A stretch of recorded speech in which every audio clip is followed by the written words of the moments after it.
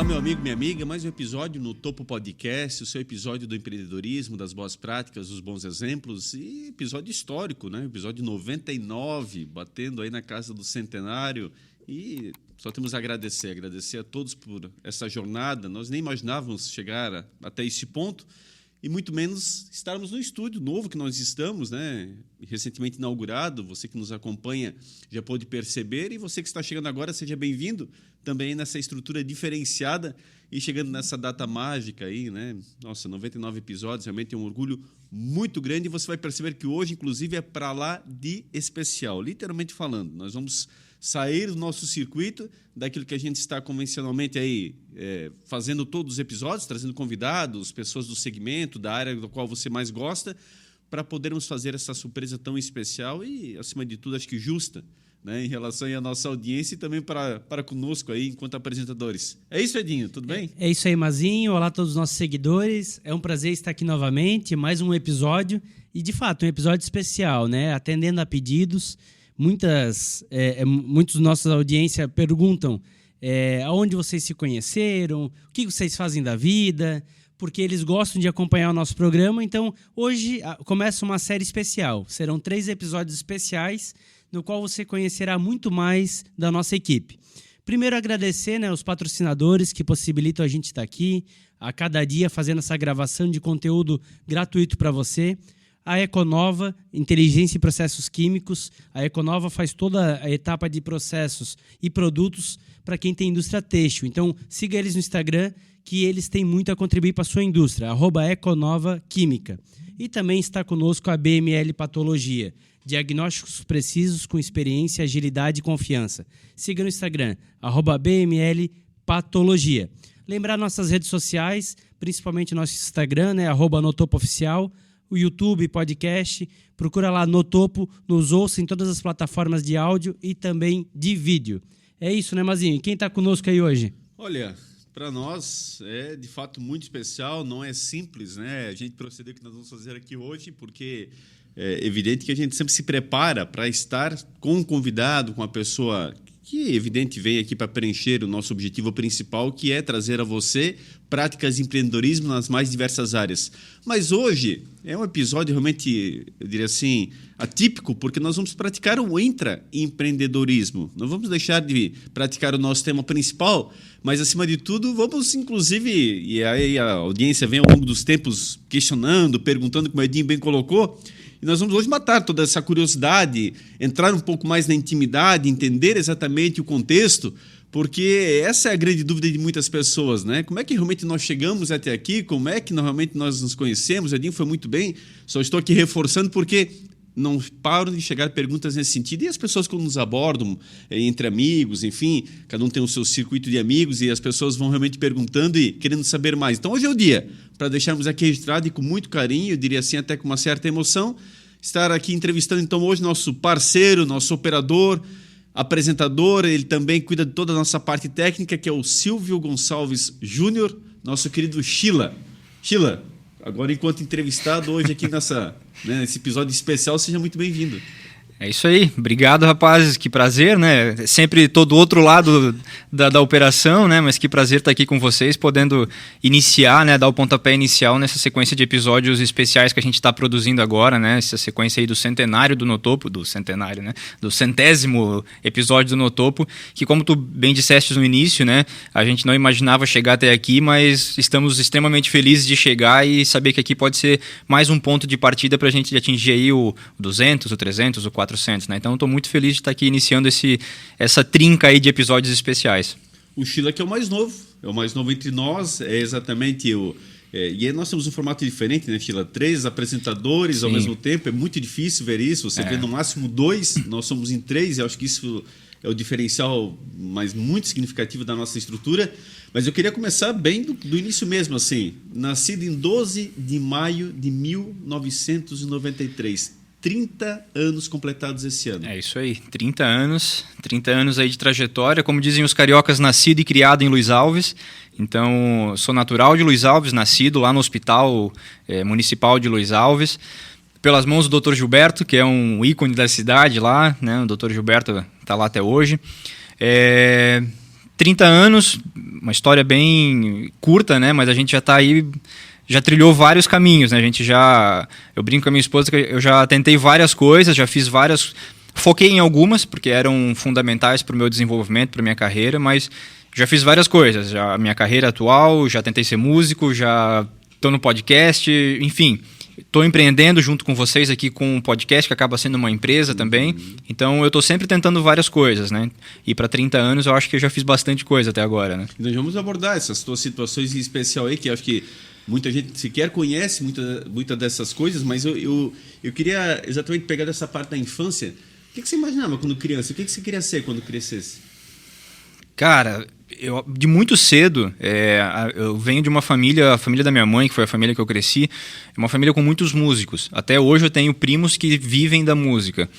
E de muito cedo, com 7 para 8 anos, eu fui inserido nesse meio, comecei a tocar violão, comecei a participar das rodas de violão que já aconteciam na minha família nos finais de semana. E já desde cedo eu me imaginava realmente seguindo a minha vida com a minha arte ligada à música, né? E era uma certeza que eu tinha. Fico muito feliz hoje porque eu consegui concluir.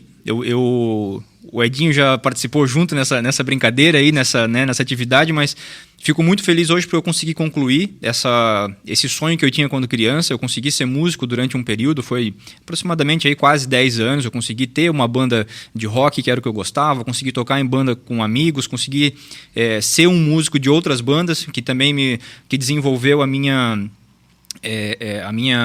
responsabilidade enquanto um funcionário de outras bandas, né? Então isso foi muito legal também. E em determinado momento, assim, eu botei um ponto final, entendi que ali não era exatamente o que eu queria e virei a página. Mas de início eu imaginava ligado à música. Num segundo momento da minha infância, eu comecei a me imaginar, e graças a um professor, eu me imaginava um professor de história. Na quinta série, ali com uns 11 para 12 anos, eu me interessei muito pela matéria de história, que é aquele momento no colégio, ali, quando começa a separar as matérias. E eu gostei muito, me encantei muito ali pelo começo do curso, pela matéria de história. E tinha um professor ali de quinta ou oitava série, o professor Elton Pauli, lá de Luiz Alves, hoje é o atual vice-prefeito. E deixar um abraço aí para ele, porque ele foi um grande mestre para mim e ele sempre me incentivou muito a seguir essa carreira como professor de história. E nas aulas a gente conversava muito e tudo mais. Então, até o segundo grau, a minha certeza era, eu vou ser um professor de história. E o que é muito raro, né? Tipo, alguém ser professor de história sem querer quando criança. Exato. Depois, quando vai desenvolvendo, sim, mas quando criança... É verdade, é difícil, mas eu tinha essa certeza. Tanto é que eu entrei no segundo grau com essa firmeza, assim, não, eu vou ser um professor de história. E aí, no segundo grau, eu precisei começar a trabalhar e eu entrei na indústria. E na indústria eu tive um crescimento bastante rápido, lá em Luiz Alves, na empresa que eu entrei, que eu fiquei alguns meses só trabalhando numa linha de produção e eu já fui para trabalhar na área mais administrativa, como office boy na época, e já logo na sequência eu fui convidado a integrar a equipe de compras lá do setor. E ali foi o divisor de águas e eu gostei da brincadeira de ser comprador. E ali foi onde então eu decidi qual que seria a minha carreira, né? Era o momento, eu já estava com 17 anos, era o momento de eu decidir o que eu faria no ano seguinte na faculdade, né? Então, ali eu decidi cursar Ciências Contábeis e seguir como um comprador. E, então, iniciei no ano seguinte o curso de Ciências Contábeis, deixando a história como um hobby, né? Que é o hobby que eu tenho até hoje. Mas tu nunca cursou História? Nunca cursei História. Só tenho as minhas pesquisas particulares, né? Isso eu faço até hoje. Minha esposa fica doida da vida, mas até hoje ainda... Enfim, estudo particularmente, mas nunca estudei História na faculdade. Queria me associar também um abraço ao Elton, querido amigo, e olha a importância de um professor, né, na vida de um aluno, né? Quer dizer, olha a inspiração que acabou gerando e quantos professores que nós acabamos revelando dessa forma, pela inspiração nos seus antigos professores, no mínimo, mudou a tua vida em algum sentido. Você vê que mesmo assim você continua pesquisando, ganhou gosto pela disciplina, então... Ao Elton aí, né? Os cumprimentos, eu conheço o Elton já há muito tempo também, sei da competência, então legal ouvir isso de você, porque nem sempre é possível esse reconhecimento de público, e aqui fica registrado, então, para tantos outros professores, talvez, que também nem tenham dimensão. Sim. E acabam influenciando na vida dos seus alunos, né? Isso é muito legal. Tu chegou a entrar, então, em Ciências Contábeis, no ensino superior? Cursei 1 ano de Ciências Contábeis, na Univale, na época, e fui 1 ano para a Univale cursando Ciências Contábeis. E aí aconteceu uma situação que a minha mãe foi morar com o meu padrasto. Eu morava com a minha avó e com a minha mãe, ela foi morar com o meu padrasto, e aí foi um momento um pouco mais difícil, eu não consegui continuar a faculdade, aí eu tranquei. E quando eu consegui voltar, aí eu já estava com uma cabeça um pouco diferente, eu acabei mudando para administração. E foi o curso que eu acabei seguindo até o fim. E quando eu me mudei para Blumenau, aí eu vim estudar na Uniaselv, e na Uniaselv tinha que escolher uma ênfase para administração, né? E aí eu acabei escolhendo o comércio exterior e foi o que eu segui até o final. Então, a minha formação é em administração com ênfase em comércio exterior. Perfeito, Edinho.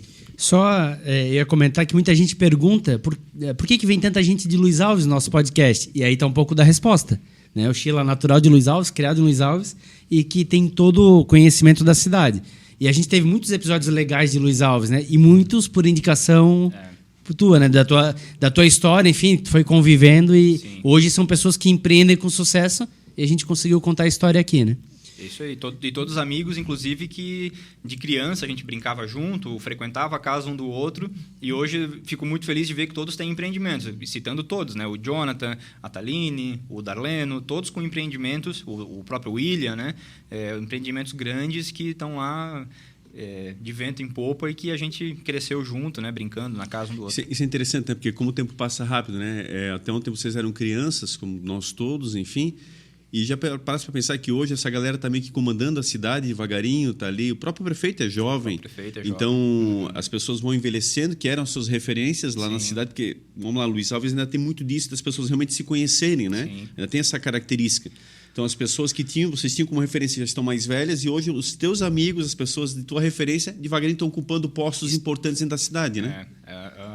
Já tive esse pensamento, inclusive olhando o vereador. Hoje tem alguns vereadores, por exemplo, o Lucas Herbes é um dos vereadores que é da minha idade, inclusive é meu primo, estudou comigo, né, o 2º grau inteiro, e hoje é um vereador muito respeitado na cidade. Olha aí. O Rubens, que era o Pavãozinho, que a gente brinca, né? O filho do Pavão, lá de Luiz Alves, ele era da engenharia de obras da cidade, me fugiu a palavra certa. Ele era diretor de obras, Diretor de obras da cidade, obrigado. Ele é um pouco mais novo que eu, mas diretor de obras da cidade, agora está lá em outro município atuando, então... De fato, a referência está virando, a minha geração está começando a se tornar referência na cidade, né? E é uma reflexão que eu já tive, assim, e dá um certo arrepia pensar nisso, né? Porque é curioso, né? É o tempo passando, literalmente. É o tempo passando, né? Exatamente. E as pessoas ficando para trás, né? Recentemente, só para concluir, né? Recentemente o meu pai faleceu e no cemitério, quando a gente foi fazer o sepultamento, a fileira que o meu pai foi sepultado, eu conhecia quase todas as pessoas que estavam lá. E isso, quando criança, não acontecia, porque não eram as pessoas que eram do meu convívio. E hoje, passando assim, tu olha, poxa, esse eu conhecia, esse eu conhecia, esse eu conhecia, esse eu conhecia. É estranho. Ô Sheila, e pegando aí teu amor por história, depois de muitos anos, tu fez alguma coisa com história, né? O Rock History. É verdade. Tem a ver com história? Tem a ver com história. Como é que foi fazer isso aí? Cara, o Rock History, na verdade, teve bastante influência de vocês dois também, porque vocês me ajudaram num pontapé inicial de destravar um lado que eu tinha ainda com áudio, na produção de áudio, né? Eu tive um tio, que foi o Cafu, ele faleceu, inclusive, no dia do meu aniversário, em 2015, um acidente de carro, uma história bem, bem ruim. Mas ele era um entusiasta, assim, dos meus primos músicos, ele foi o único que se interessou por produção de áudio. Ele fez cursos de gravação de áudio em São Paulo, ele era formado, então ele foi o único que foi para o outro lado. Ele não quis ser músico, ele quis produzir. E disso eu aprendi também um pouco. Então, tudo que eu faço aqui hoje é o que eu aprendi com ele. E depois que ele faleceu em 2015, isso foi ficando meio de lado, foi ficando meio adormecido, eu fui deixando e vim morar com a minha esposa em Blumenau. E ficou parado. Quando vocês me convidaram lá para um projeto que a gente tocou juntos em 2018, se eu não me engano, foi o momento que eu pensei, eu gosto de fazer isso. Por que eu não estou fazendo outras coisas relacionadas a áudio, né? E foi aí, então, que eu resolvi fazer o Rock History. Eu comecei a pensar como que eu poderia falar de música sem precisar necessariamente estar tocando, ou estar numa rádio, E foi no momento em que estava no meio da pandemia com o boom dos podcasts. Então, os podcasts estourando, todo mundo falando de assuntos assim com entrevistas bem diversificado, ainda não era o momento em que estava se nichando os podcasts. Eu pensei, cara, eu vou falar de rock. E aí convidei um amigo, E a gente começou o Rock History juntos. Chegou ali pelo 5º, 6º episódio, ele entendeu que para ele não fazia muito sentido, ele saiu e eu continuei tocando sozinho. Mas para mim foi o momento de... Cara, é um momento que eu vou ler mais, eu vou pesquisar mais sobre as bandas que eu gosto e eu vou poder contar as histórias dessas bandas. Que aí é exatamente isso, esse link que tu fez é perfeito, que eu posso linkar a história com o rock, que são coisas que eu gosto, e poder falar, poder produzir áudio, poder fazer todo esse trabalho que, na verdade, se junta aí e sai o Rock History, né? No fundo é um hobby, mas acabou sendo até um negócio, mas juntando duas paixões que, no fundo, talvez você nunca imaginou que poderiam se juntar, né? Exatamente. Nunca imaginei e se juntaram. Tornou um hobby que eu tenho produzido... Aliás, 3 paixões. O rock, a história e o podcast, o áudio, produzir. Isso. É isso aí. E poder entrevistar, porque daí eu vou me gabar aqui, né? Eu pude entrevistar um ídolo que eu tenho desde lá de trás, desde os anos 2000, que é o Luciano Granja, que hoje, né, a gente já brincou aqui várias vezes, ele é guitarrista do Armandinho, mas nos anos 2000, quando eu conheci o Luciano Granja, né, assistindo DVDs, ele era guitarrista dos Engenheiros do Havaí, que é a banda que eu mais gosto, que eu mais escuto, e o Rock History me possibilitou entrevistá-lo. No meio da pandemia, a gente fez uma call e eu gravei essa entrevista, tá lá no canal, tá, né? Foi feita entrevista com ele foi super atencioso, foi uma entrevista muito legal. E que hoje a gente, né, conversa ali pelo Instagram. Ele, quando esteve em Blumenau com o Armandinho, agora na última passagem, a gente saiu para tomar um chopp, então realizou um sonho que eu tinha de criança. Então o Rock History, para mim, é um xodozinho que eu tenho no coração, porque ele me possibilitou unir essas 3 paixões que tu citou e ainda entrevistar um ídolo que eu tinha de criança e que eu espero poder entrevistar outros grandes ídolos ainda, né? Assim que for surgindo as oportunidades, mas só esse, para mim, o Rock History já está fechado com chave de ouro, né? Chile, para a galera acompanhar, quem tem mais interesse, como é que faz, quando é que saem novos episódios, como é que funciona? Novos episódios está bem difícil, porque o tempo é curto, né? A gente acaba fazendo várias coisas. Mas eu tenho a página no Instagram, chama Rock History, @Rock History Oficial, e tenho a página no YouTube, que também é Rock History Oficial. Para acompanhar, lá eu posto alguns cortes tocando, alguns vídeos tocando contrabaixo, que é o que eu venho estudando também. E lá tá os episódios que a gente divulgou. No Instagram eu posto algumas coisas, por exemplo, aniversariantes assim relevantes, alguns discos que comemoram aniversários. Por exemplo, no ano passado a gente teve um aniversário de 50 anos de um disco do David Bowie, que é um disco importante para a música, então eu compartilhei lá. Esse ano fez 50 anos o Dark Side of the Moon, do Pink Floyd, então eu compartilhei lá, fiz um post compartilhando. Quando morreu Caniço, por exemplo, dos Raimundos, eu fiz um post lá citando, né, falando da importância. Então, o Rock History Oficial no Instagram é a página para acompanhar lá o que eu consigo produzir lá no tempo livre que eu tenho. Massa, muito legal. E assim, para quem gosta de música, principalmente de rock, é muito legal. Eu lembro muito, a gente que gosta de futebol, aquele programa que tinha na ESPN, dos caras que eram viciados por futebol e ficavam PVC, ficavam falando de futebol histórico. Ali conta muito detalhe, particularidades que não são públicas de quem não acompanha tanto no dia a dia. E eu lembro que tu trazia muito disso, o que é legal, assim, os bastidores, o porquê que a capa daquele disco foi feita daquela forma. Sim. Coisas que são legais mesmo para quem não acompanha no dia a dia, mas que o cara não tem acesso a essa informação. Então, era bem bacana mesmo. Que às vezes é coisa muito do fã muito fanático, né? O fã que é fanático, ele vai saber, mas às vezes tu que não é tão ligado, tu passa batido e quando tu descobre, tu acha, pô, que legal saber isso, né? E às vezes o intuito um pouco também é isso, é mostrar para algumas pessoas que tem um pouco mais do que só o texto, só a música, né? Os artistas, eles acabam pensando... falando do rock mais antigo, né? Eles acabavam pensando num conceito do álbum, né? Então, a capa do disco, por que ela era daquele formato, por que era aquela imagem, então tinha tudo isso. Eu sempre costumo dizer, Fila, que as coisas não são por acaso. Essa é a importância das pessoas conhecerem. Né? E aí vão entendendo por que algumas coisas realmente são assim, assado, e por que foram assim. Não é por acaso. Então, tem todo um trabalho por trás disso aí, bem interessante, né? Muito, muito 10 mesmo. Eu queria entender o teu ensino fundamental, onde é que tu cursasse? O ensino fundamental eu cursei na Escola de Educação Básica Tenente Anselmo José Hess. Que é onde o Elton foi diretor posteriormente. Que é onde o Elton foi diretor posteriormente. Quando eu saí, ele foi diretor. Eu cursei lá do pré-escolar até a 8ª série, porque era próximo da minha casa. Eu podia ir a pé para a escola, era no bairro que eu morava. E lá a diretora na época era a Silvana Krais, depois foi, se eu não me engano, a Sandra Krais. A Sandra, minha querida amiga Sandra, um abraço muito especial para a Sandra, tá no meu coração.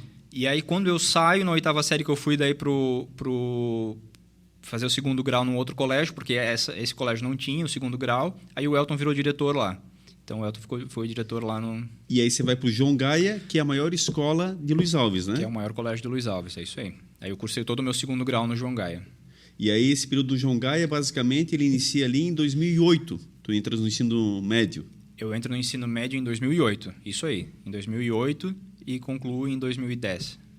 E o que tu lembra assim dessa época, principalmente do ensino médio? Porque é uma transformação, querendo ou não. No ensino fundamental você vem na mesma escola, você ainda é criança, toda uma parte que vem dentro da tua infância, vai surgindo, você vai amadurecendo, mas no João Gaia é aquele despertado de uma nova realidade, né? Estudavas à noite? Eu estudei à noite. À noite? Sim, estudei à noite. Outra mudança. Sim. Como é que foi isso, cara? Cara, foi curioso, porque o irmão do professor Elton, o professor Evanildo, sim. Ele falava muito na oitava série, ele falava assim, gente, aqui no Tenente Anselmo José Rez, vocês são a nata, vocês são a oitava série, é o último ano, vocês são a nata. Lá tem o terceirão, então vocês vão chegar achando que são a nata e vai ter gente acima de vocês, então cheguem com a asa baixa, porque senão vocês vão ser pisoteados. E a gente não dava bola para isso, porque a gente achava, não, a gente vai sair daqui sendo os caras, porque a gente está na oitava série, vai chegar lá sendo os caras também. E chegou lá e foi exatamente do jeito que o Evanildo falou. O professor Evanildo, ele falou exatamente como ia ser o primeiro ano do segundo grau.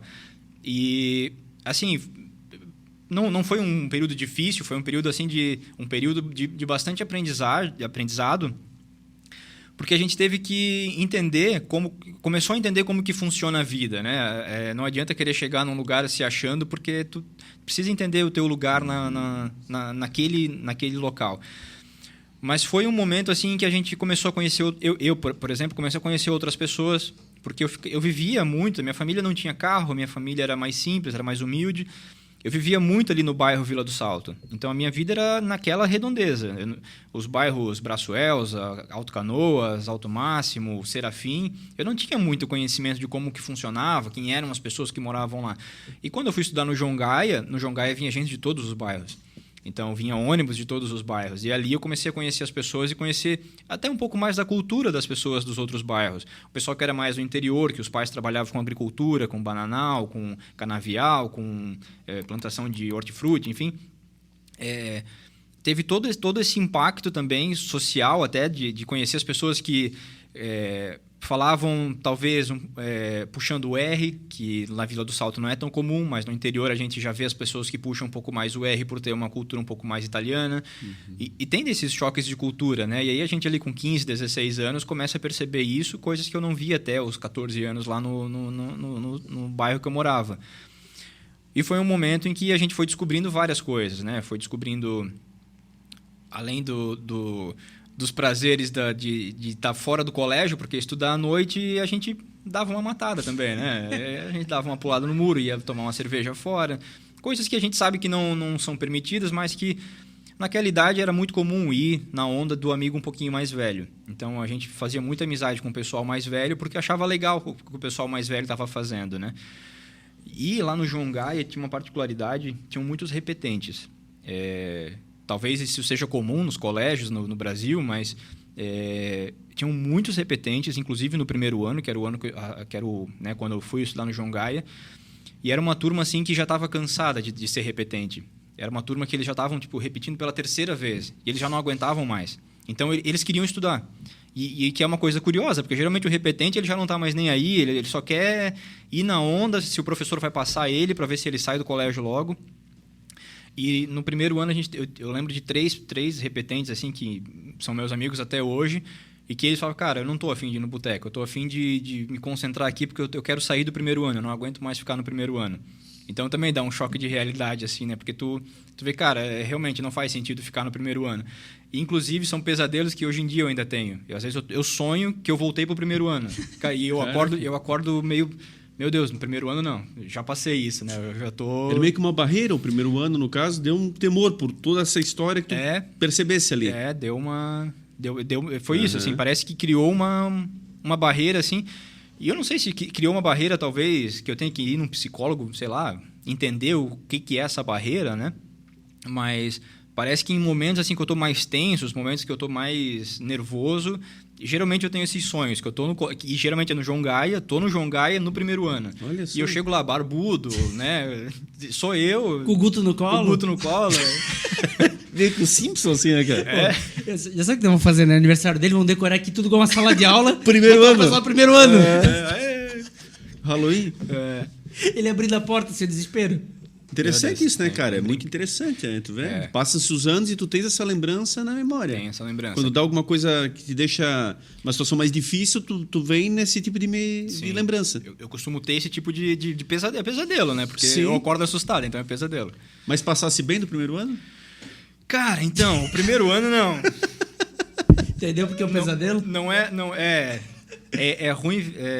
Eu nem vou falar a frase porque o momento que a gente está passando na cidade não é bom, mas eu passei apertado o primeiro ano, porque fui muito na onda desses amigos daí de outras séries, ia muito no posto das antigas, né? Na época da minha mãe, tinha na frente do colégio tinha um bar que chamava Pontilhão.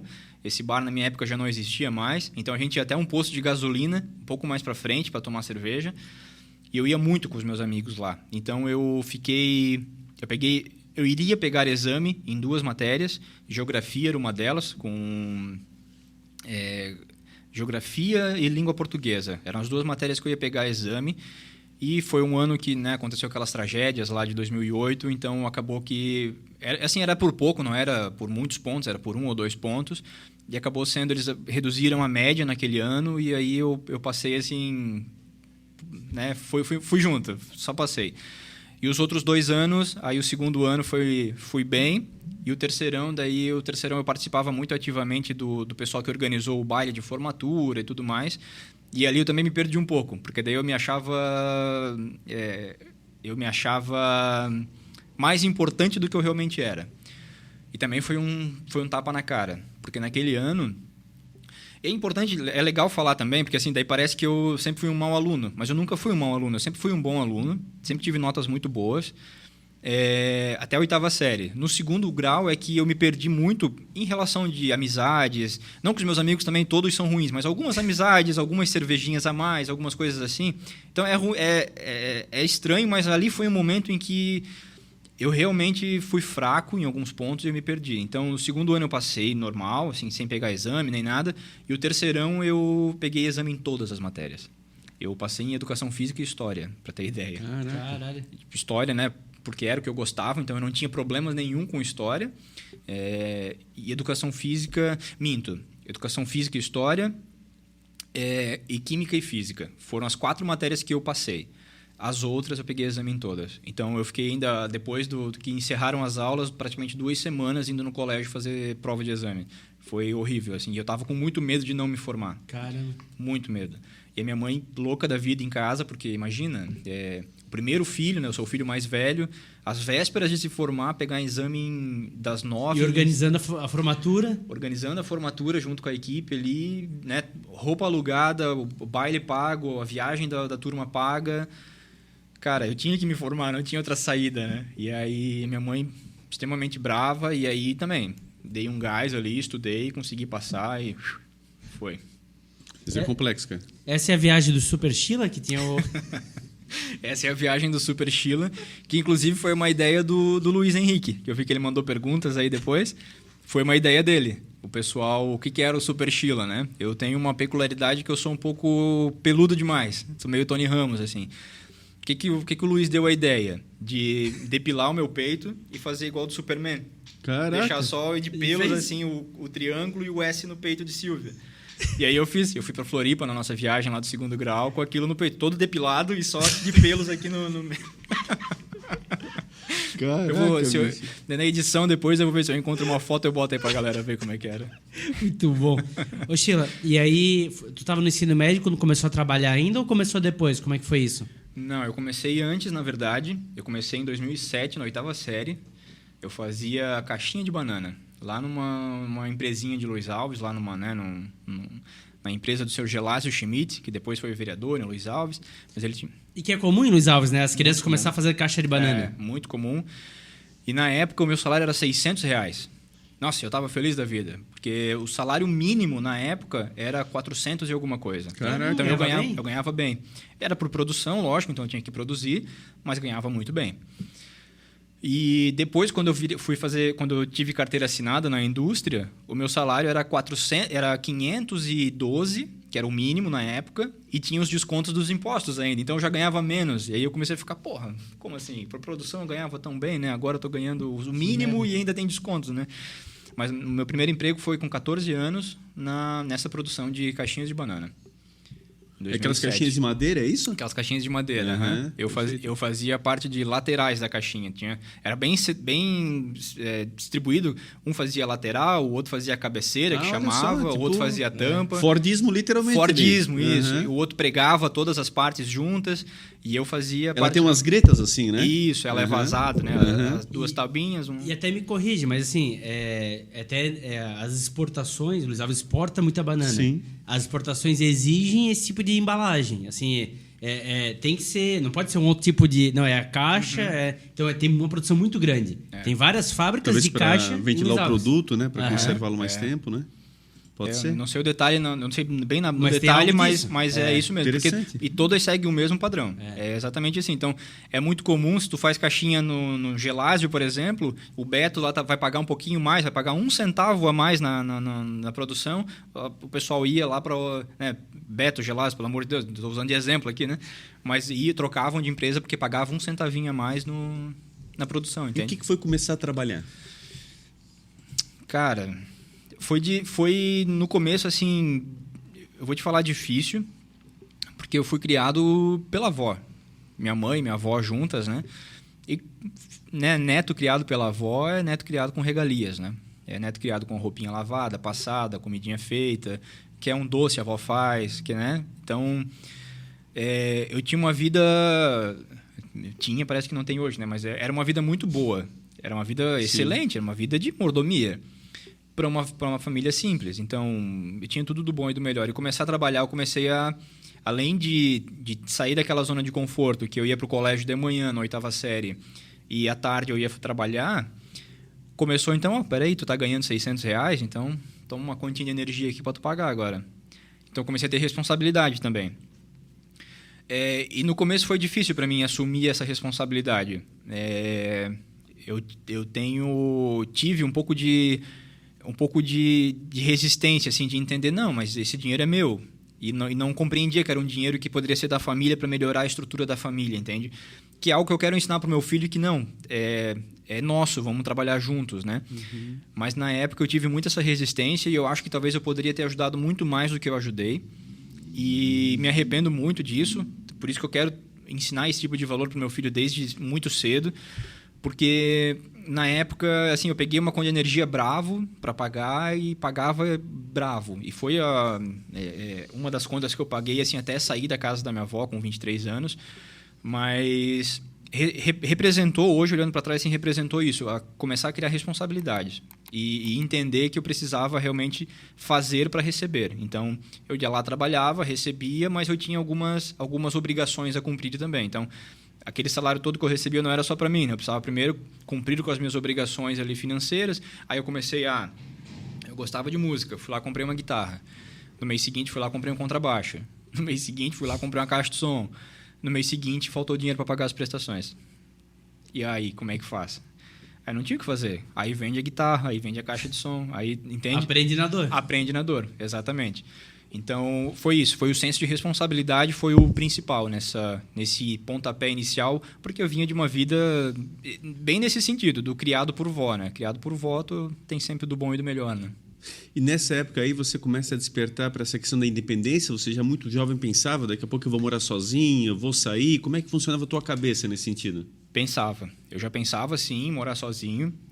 A minha mãe sempre foi muito protetora, ela não gostava da ideia de eu morar sozinho. Mas eu já pensava assim em morar sozinho, mas eu tinha muito medo. Eu tenho uma resistência a mudanças e eu tinha muito medo disso, de morar sozinho e não dar conta do recado. E aí, pelos meus 20 anos, eu decidi que eu ia me mudar. Eu estava decidido. E eu tinha até destino já. Eu ia embora para Curitiba. Olha só. Eu tinha um amigo que ele tinha ido para Curitiba e tinha dado certo. Ele estava lá, estava super bem. Hoje esse amigo voltou para o Luiz Alves. Mas ele estava super bem em Curitiba e ele falou, cara... E eu conversando com ele assim na época pelo MSN, eu falei, cara, como é que é aí? Tem oportunidade? Dá para ir e tal? E eu já trabalhava em compras, eu já estava fazendo faculdade, eu já estava com a vida me encaminhando para alguma coisa, sabe? Ele falou, não, cara, vem para cá, eu arrumo um emprego fácil aqui, talvez não na tua área ainda, mas daqui a pouco consegue. Vem para cá. Aí eu ia morar no apartamento que ele morava por um tempo, até eu conseguir um para mim, e eu ia para lá. E aí, aos 45 do segundo tempo, eu desisti. Porque eu entendi que eu não ia conseguir ficar lá em Curitiba isolado da minha família, tá lá sozinho. E se desse alguma coisa, quem é que ia me socorrer? Porque em Luiz Alves eu tinha toda uma cadeia de ajuda, que qualquer emergência eu podia contar com a minha avó, com a minha mãe, com primos, com tios, enfim, a minha família toda de Luiz Alves. Então, a ajuda não faltaria, né? Fora os amigos, enfim. E aí peraí, tem alguma coisa errada, não está certo eu ir para lá. E aí acabei não indo. Mas eu tinha já uma decisão, inclusive pelos 20 anos, de ir embora para Curitiba. Loucura, né? Porque isso é muito comum no Norte e Nordeste, onde eles não conseguem emprego e vêm para o Sul tentar a vida. Mas no teu caso não é? Tu tinha emprego, tu estudava, era algo... Eu tinha emprego, tinha família estável, não era uma família louca, era uma família muito estável. Então é estranho, mas eu tinha muito esse senso de independência e eu queria ter essa experiência. E aí, naquele momento, foi o que materializou. Mais tarde, já namorando com a minha atual esposa, eu cheguei a cogitar de vir morar em Blumenau sozinho. E aí ela falou, não, se tu vier, eu vou morar contigo. E aí a gente está junto até hoje, morando juntos. Então, acabei não tendo a experiência de morar sozinho, mas já logo na sequência eu vim morar em Blumenau, enfim. Mas aí já acompanhado na época, a namorada e hoje minha esposa. Se eu te perguntar, a Liliane é de Luiz Alves? Não, a Liliane é de Blumenau. Vocês se conheceram onde? A gente se conheceu por amigos em comum. A gente tem um amigo que trabalhou junto, trabalha até hoje lá na empresa, né? O Matheus Luciani. Ele tinha uma namorada que trabalhava junto com a Liliane, aqui na Unimed, em Blumenau, lá na Ponta Aguda. E aí, numa conversa, assim, meio que elas brincando, tem um amigo para te apresentar, ou algo assim, e marcaram o encontro. Não sei exatamente como que chegaram nos finalmente, mas marcaram um encontro meio eu e a Liliane. E a gente se encontrou aqui na Tapioca, um domingo à noite. Meio encontro marcado, assim... Foi um encontro que foi arranjado, né? Não marcado, encontro arranjado. A gente se conheceu ali, conversou. Isso foi em mais ou menos setembro de 2015. Conversou ali, se conheceu tal, e não se falou mais, né? Trocou WhatsApp, Facebook na época, mas ela estava finalizando a faculdade de enfermagem e ela estava na fase de terminar o TCC e apresentar. E além disso, ela ia fazer uma viagem para visitar o irmão dela fora do Brasil. Então ela estava num turbilhão de coisas, assim, num semestre só, e ela não estava com a cabeça para namoro, relacionamento. Então ela meio que me deixou de lado. A gente se conheceu nesse encontro arranjado de amigos em comuns que a gente tinha, que coincidiu de ser um que trabalhava com ela, outro comigo, e nos apresentaram, né? E aí, no ano seguinte, então, que a gente meio que voltou a se falar, e aí seguiu e está até hoje. E aí começou o namoro? Ela é mais velha do que você? Em meses. Ela faz aniversário em fevereiro e eu faço em maio. Perfeito. Mas tem a mesma idade. E aí, basicamente, continuas morando em Luiz Alves um período ainda, vocês namoram, ela em Blumenau, você em Luiz Alves. Ficou alguns anos nessa situação? Ficou um ano praticamente. Um ano só? Porque ficou um ano e meio. A gente começou a namorar ali em janeiro de 2016 e em julho de 2017 foi quando nós nos mudamos para o apartamento que a gente mora hoje.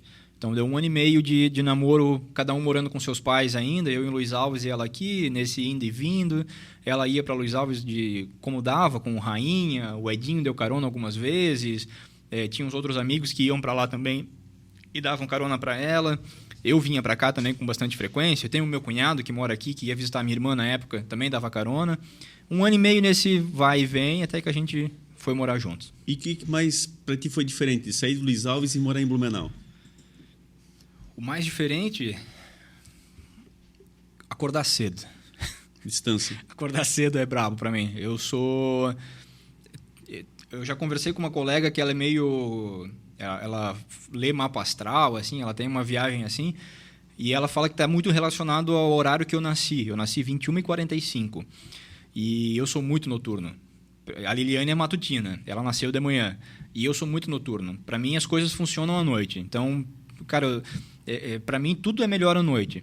Então, acordar cedo para mim... E aí, eu trabalhava em Luiz Alves ainda. Então, eu tinha que pegar a Tupic, que ia para Luiz Alves, eu acho que 6 horas da manhã. Então, eu tinha que acordar às 5, pelo menos, para dar tempo de me arrumar, tomar café, ir pro ponto. E antes acordava às 7 para começar às 7h30, porque tava perto? Exatamente. Então antes acordava... Chegava atrasado às vezes ainda. Não precisa contar isso. Ademir, não é? Me entende, né? Mas é isso, eu acordava às 7 para chegar às 7h35 e agora tinha que acordar às 5 e não podia chegar atrasado, porque senão perdi o ônibus. E aí como é que eu ia? Porque eu ainda fiquei 1 ano sem carro em Blumenau. A gente, quando veio morar juntos, assim, para comprar o apartamento, a gente veio com a roupa do corpo, o que tinha no guarda-roupa, e viemos morar juntos, né? Compramos o apartamento é nosso, e a gente ficou um pouco mais de 1 ano sem carro. Então, meu sogro contribuiu muito, emprestava o carro dele quando eu precisava ir a Luiz Alves visitar minha família. Se precisava para alguma situação emergencial, ele emprestava o carro dele também. Então, nesse sentido, a gente é muito grato, né?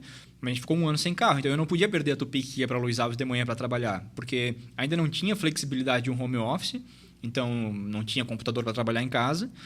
E eu era obrigado a acordar cedo. Então, para mim, respondendo a tua pergunta, a maior mudança de vir morar em Blumenau foi horário, foi acordar cedo. Mas quando você chega a Blumenau, já chegam adquirindo o apartamento? Já pô, legal, já chegou nesse nível do orçamento ali, conseguiram já dar o pontapé para aquisição do imóvel próprio? Graças a Deus, cara, a gente ficou muito feliz. A gente chegou a cogitar o aluguel. A gente pensou, não, vamos se não der para comprar, vamos alugar um apartamento, porque a nossa intenção era morar juntos mesmo. Faz sentido pagar R$1.000 de aluguel, 200 de condomínio e não ser algo de vocês? Pensa bem, faz as contas e analisem. E analisando, daí a gente começou a chamar uns corretores para conversar, e analisando realmente não fazia sentido. Porque era quase o que a gente ia pagar na prestação de um apartamento.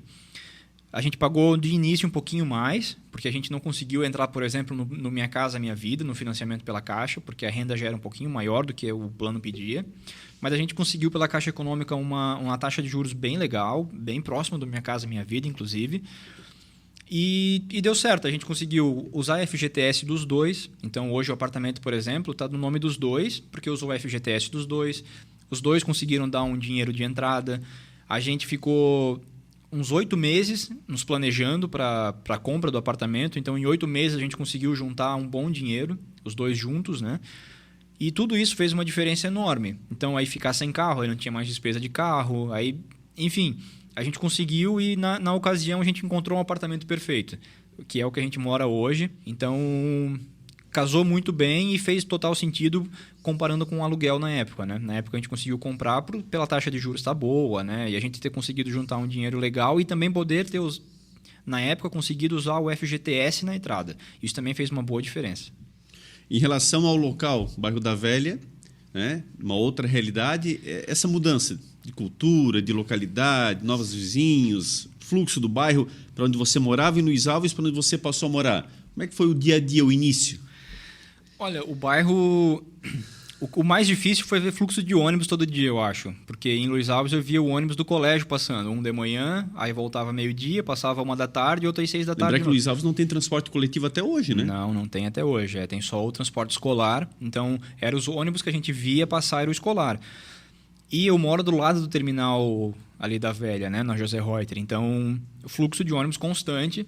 E isso, para mim, no início, assim, deu uma certa estranheza.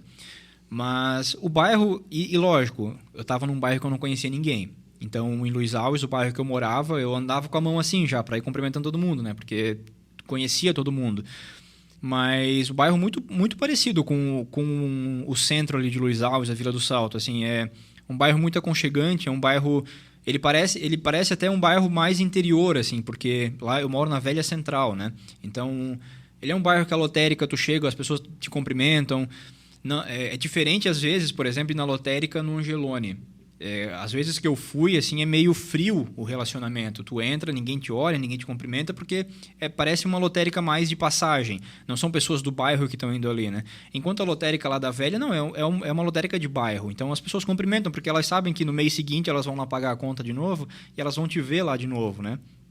Então, senti uma proximidade com o Luiz Alves, por ser um bairro um pouco mais interior, mas é muito diferente. Esse fluxo de ônibus que é quase de 15 em 15 minutos, de 10 em 10 minutos, tem ônibus indo e vindo, e gente saindo, e gente passando. é um bairro muito maior. O meu bairro, o bairro que eu moro hoje, tem mais habitantes do que Luiz Alves inteiro. Então é uma diferença gigantesca nesse sentido, né?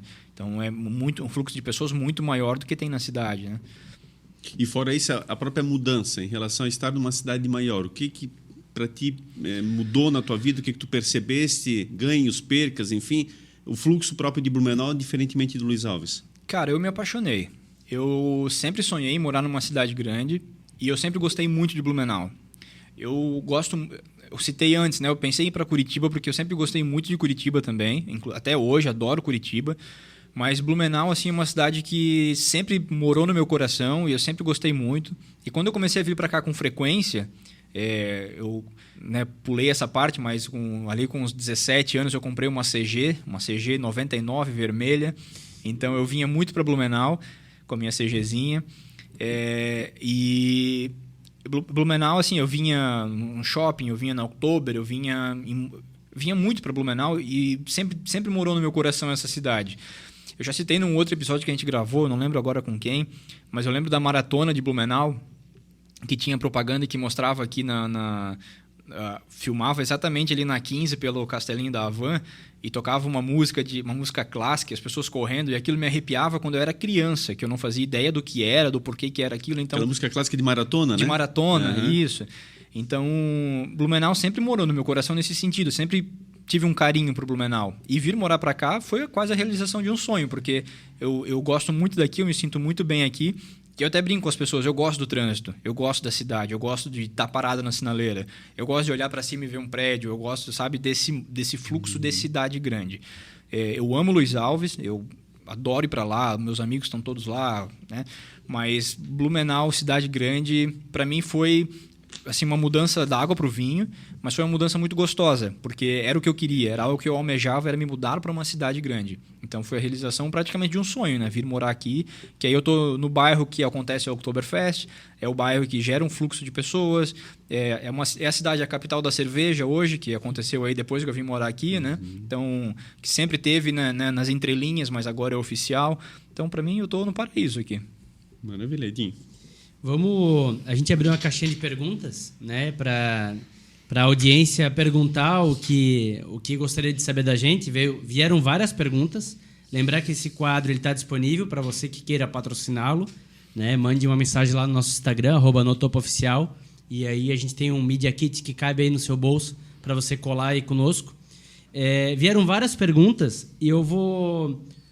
uma delas do Henrique Egger, que até tu citou, né? Sim. Ele perguntou o que te fez mudar de cidade, de empresa e como isso impactou na tua vida. O de cidade tu comentou. Talvez eu acho que seria legal falar de empresa, né? Sim. Trocar de cidade foi isso. Foi a oportunidade de vir morar com a minha esposa, né? A gente encontrou um apartamento aqui.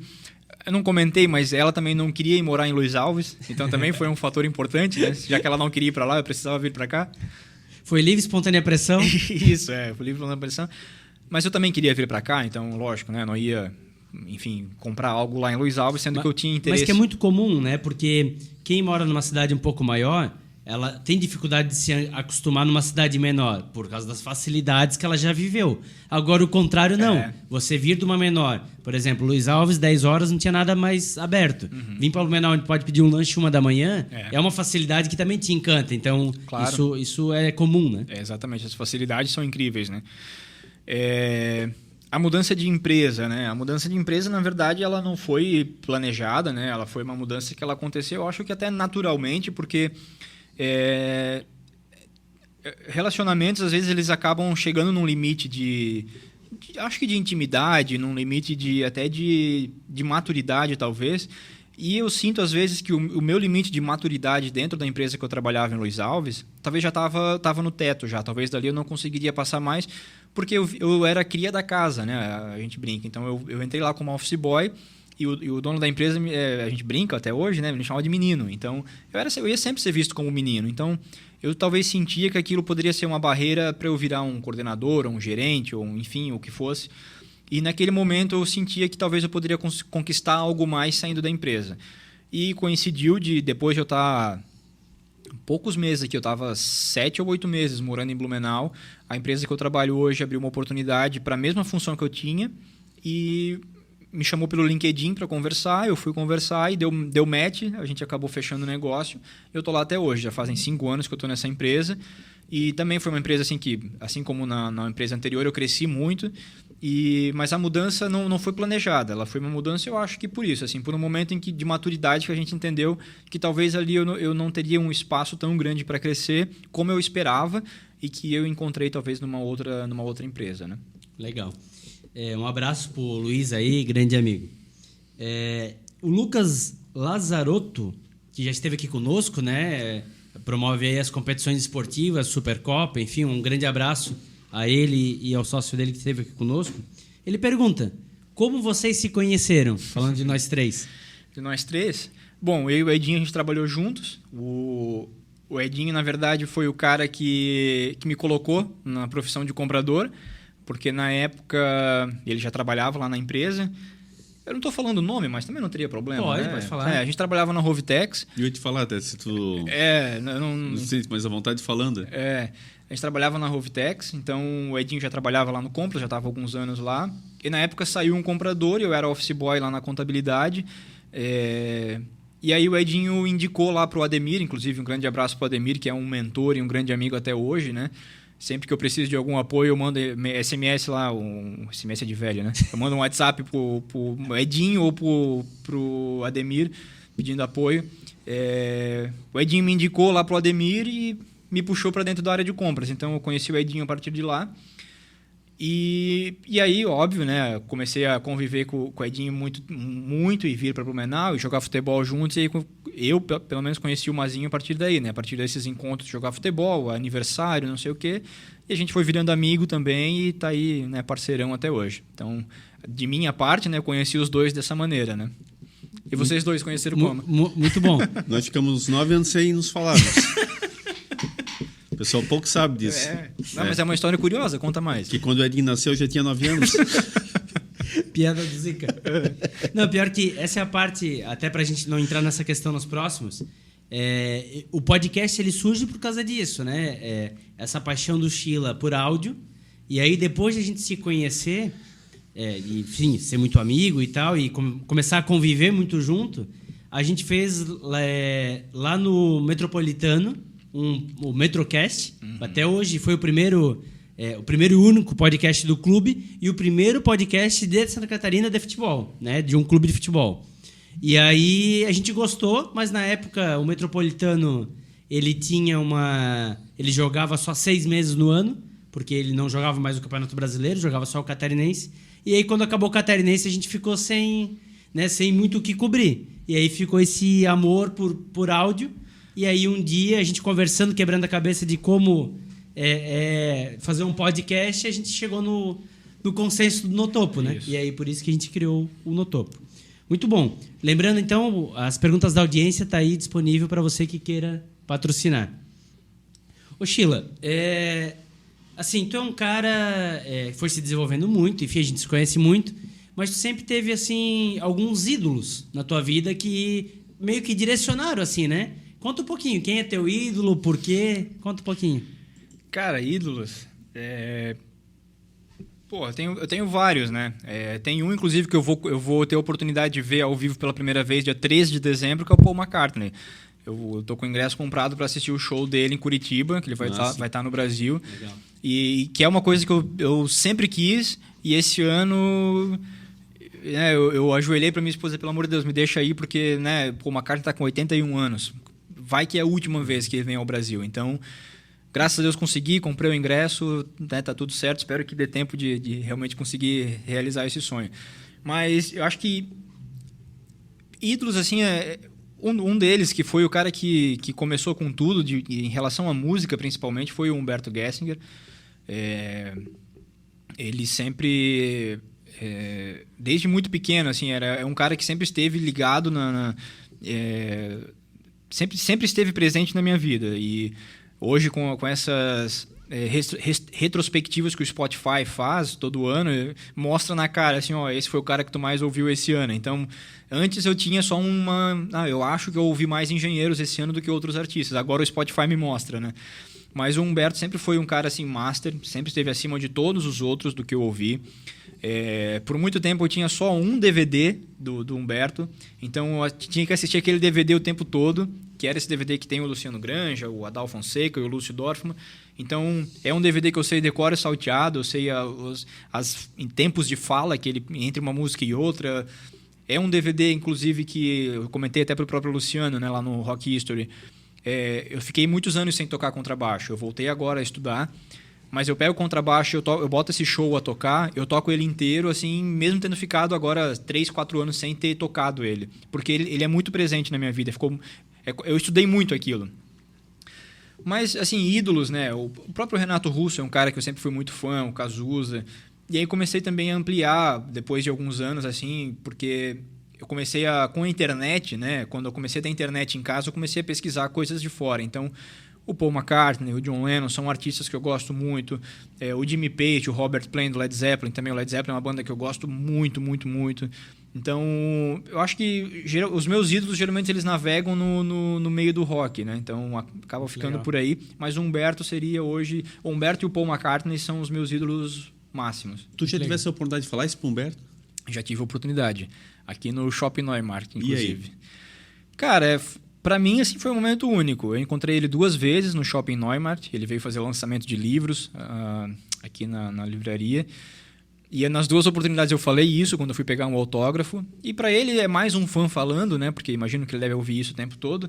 Mas para mim foi muito emocionante, né? Estar ali do lado dele, poder bater uma foto e poder estar dizendo isso para ele, né? Falando o quanto ele é importante.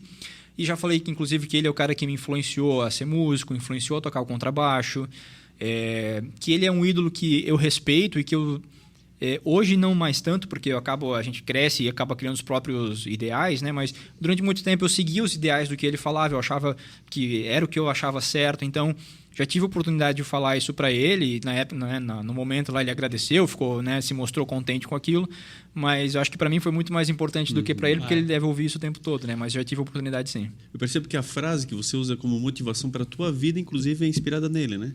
É inspirado Somos nele. Quem podemos ser. Somos quem podemos ser. É isso aí. Eu uso 2, inclusive. Eu uso Somos quem podemos ser, é a que eu mais uso. E eu uso outra que é uma frase que não é dele, é uma frase do Santo Agostinho, que também tem um pouco de influência no nome do meu filho. Foi um dos... É a primeira vez que eu falo isso, né? A minha esposa não sabe. Ela acha que é por conta de um músico, mas tem um pouco do Santo Agostinho também. O nome do meu filho é Augusto. E a medida de amar é amar sem medidas. Eu uso essas 2 frases assim sempre que eu preciso. Estou em dúvida no que uma frase para usar em algum momento. São frases muito presentes na minha vida. E o Humberto usou essas 2 frases. Somos quem podemos ser é dele. A medida de amar é amar sem medidas. Ele usou em uma música, mas é do Santo Agostinho. Pegando esse gancho, és um cara religioso? Eu sou religioso, eu sou católico.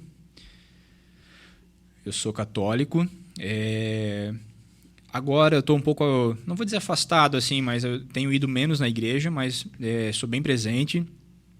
Porque, até por tocar, por auxiliar dentro dos compromissos da igreja, né? Então, sou muito presente dentro do meio religioso com a igreja, tá? Toquei bastante tempo aqui na Catedral São Paulo Apóstolo. Tinha um grupo junto com o Lino, com a Beth, com a turma ali. A gente tinha uma banda que a gente tocava aqui na Catedral. O último domingo do mês a gente tocava, era muito bacana. Eu gostava muito daquela vibe, porque eles eram pessoas incríveis. O Lino, por exemplo, é do Lino Orquestra, então é um músico espetacular. Da banda Cavalinho, da que muita banda gente Cavalinho, identifica, né? Hoje da Herr Schmidt. Então, é um músico maravilhoso. E eu tive a oportunidade de estar tocando lá dessa pessoa. E um ser humano fantástico, inclusive, né? E um ser humano fantástico. Inclusive, gostaria de trazer ele aqui. Já fiz o convite para ele, né? Eu espero que em breve ele consiga. E aí, parei de tocar ali, porque aí nasceu meu filho, aí eu não conseguia mais conciliar as coisas, mas sempre estive muito presente, mais relacionado à parte de música dentro da igreja, né? Os ministérios de música eu sempre atuei auxiliando. Perfeito. Para quem não sabe, mas no antigo Twitter, né, atualmente aí o X, aí, o perfil do Sheila é o Sil, com 2 L's, _ vinho. É isso aí. Que junta meio que Silvinho. É isso aí. Né? Explica um pouco aí. Penso que tem a ver com música também, né? Tem a ver com música. Quando eu criei o Twitter, se eu não me engano, foi em 2009. Eu acho que ali, se está com o Twitter aberto, ele aparece membro desde, eu acho que é 2009.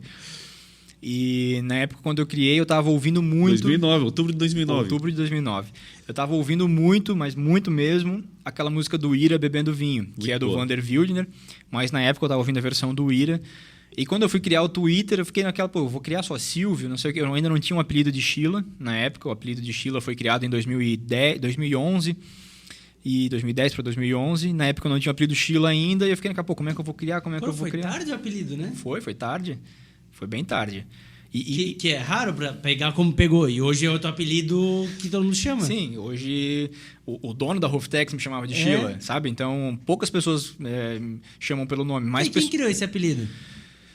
Cara, esse apelido foi criado pelo Erley Hash. Sabe quem é o Erley Hash? Sim. O Erley Hash é um dono de uma empresa lá de Luiz Alves, de uma estamparia. E na época eu trabalhava nessa estamparia e a gente foi jogar uma patota de futebol e eu era goleiro. E aí deu uma falta e eu falei, deixa que eu bato a falta, que eu sei bater falta. não sei nem bater pênalti, quem dera falta. E aí eu correndo, e era campo suíço, aquele de grama, mas no formato suíço. Tu foi correndo mesmo? Eu fui correndo assim, quando eu tava quase chegando pra bater a falta, ele, Chilaver, volta pro gol, cara. Lá voltei eu correndo pro gol. Achei que tu ia falar que bateu e fez um golaço. Não, para, não. Nem encostei na bola, só corri meio campo e voltei meio campo. Cara, o Erley. E aí foi o Erley que deu esse apelido, Chilaver, mas ele falou de bobagem, assim, porque eu quis bater a falta. Assim como ele poderia ter dito Rogério Ceni e ter virado Ceni, meu apelido, sei lá. Ele falou, Chilaver, volta pro gol. E na época eu nem sabia quem era Chilaver. Eu fui descobrir depois, porque daí eu fui pesquisar. E aí voltei pro gol e no outro dia na empresa, tipo, eu começava às 5 da manhã. No outro dia na empresa... isso foi 2010. No outro dia na empresa... o encarregado lá, o Chilaver, vem cá. Aí o outro, Chilaver. O Arley falou ontem Chilaver, eu achei massa. E aí começou Chilaver.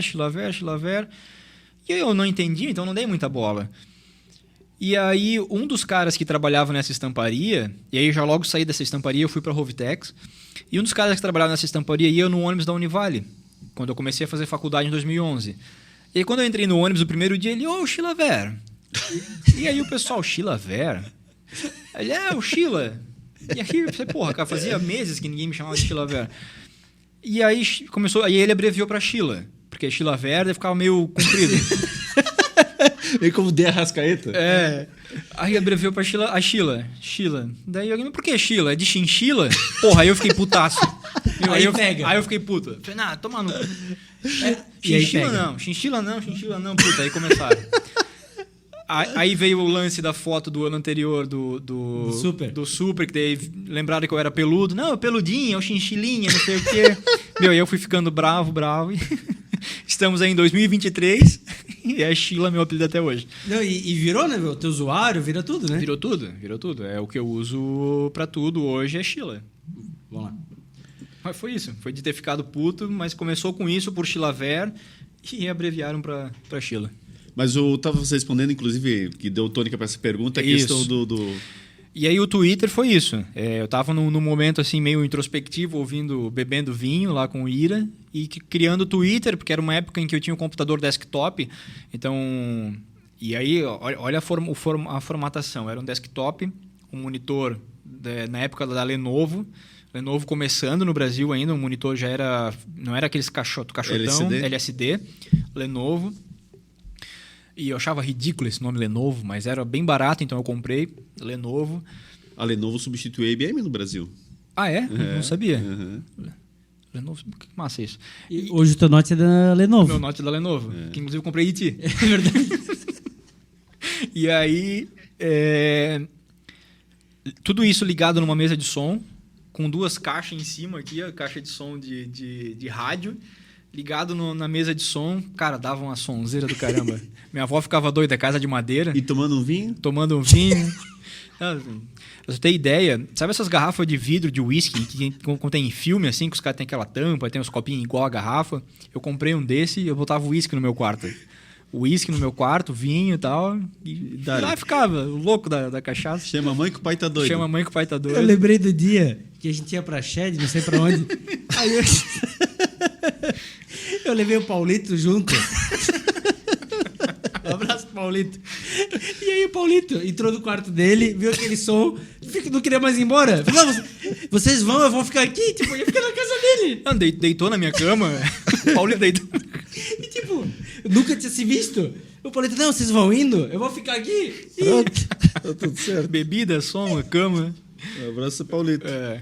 Ô Sheila, em 2016, então, tu iniciou o curso de Administração Comércio Exterior na Uniaselv, né? Isso. Depois, a tua única experiência até então tinha sido contábeis na Univale. E administração na Univale. Tentasse também administração na Univale, chegasse a cursar um período. Eu cursei 1 ano de administração na Univale. 1 ano e meio, mais ou menos, de administração na Univale. Mas aí, chegar em 2016, tu já estavas um pouco mais velho. Já. Né? Dentro desse padrão do início do ensino superior.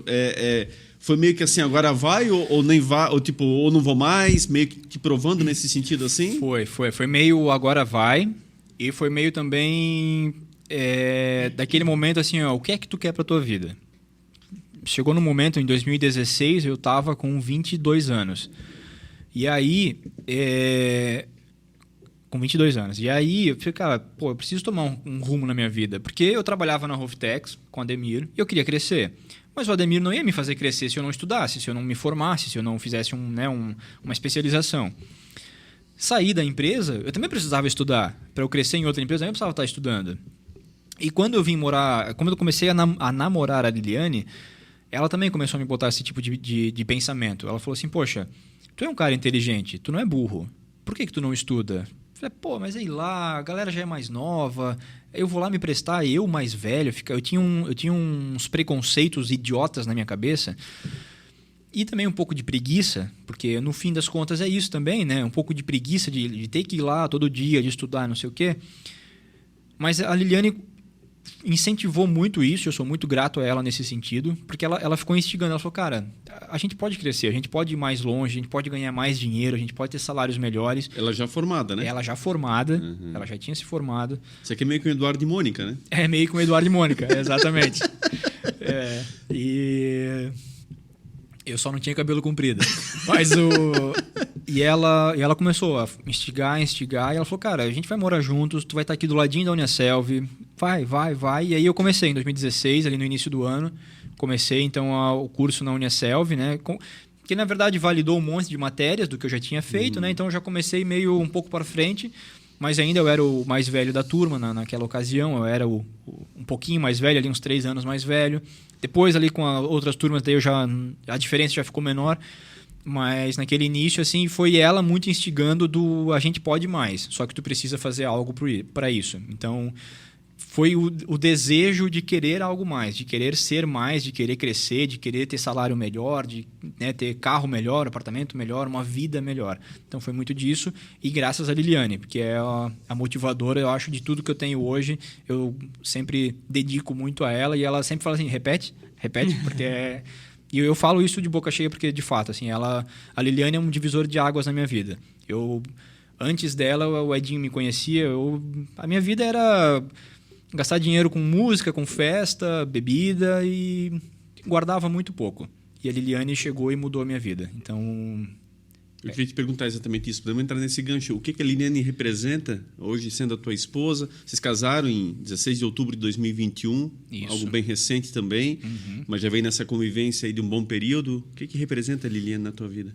Cara, ela é a pessoa mais importante da minha vida. Então, que é esse divisor de água, né? É um ponto de inflexão mais fácil de eu visualizar na minha vida até hoje, assim, porque é um Sheila até conhecer a Liliane, até começar a namorar a Liliane, é outro Sheila depois que a gente está juntos. Então, e principalmente depois que foi morar juntos, assim, porque acaba que ela me policia em muitas coisas e ela me cobra em muitas coisas. Então, às vezes eu estou procrastinando alguma coisa, ela vai lá e ela me cobra. E ela joga na cara, ela fala, mas tu está procrastinando de novo. que é algo que eu tenho me policiado para não fazer, porque eu tenho um problema com procrastinação e, enfim, não tenho vergonha, mas não tenho motivo para não falar. E ela falou, tu tá procrastinando de novo. E aí eu, né, tenho aquele estalo e vou lá e não, vamos resolver então, porque não é isso que eu quero. E ela é a pessoa que hoje moldou muito do que eu sou, porque ter me formado, ela incentivou a mudança de empresa, apesar de que, Ademir, quando tu encontrar a Liliane, agradece ela, porque ela incentivou eu a ficar na Rovitex. Ela não queria que eu tivesse saído. Então, quando tu encontrar com ela, dá um abraço nela. Mas ela depois me apoiou quando eu tomei a decisão de sair.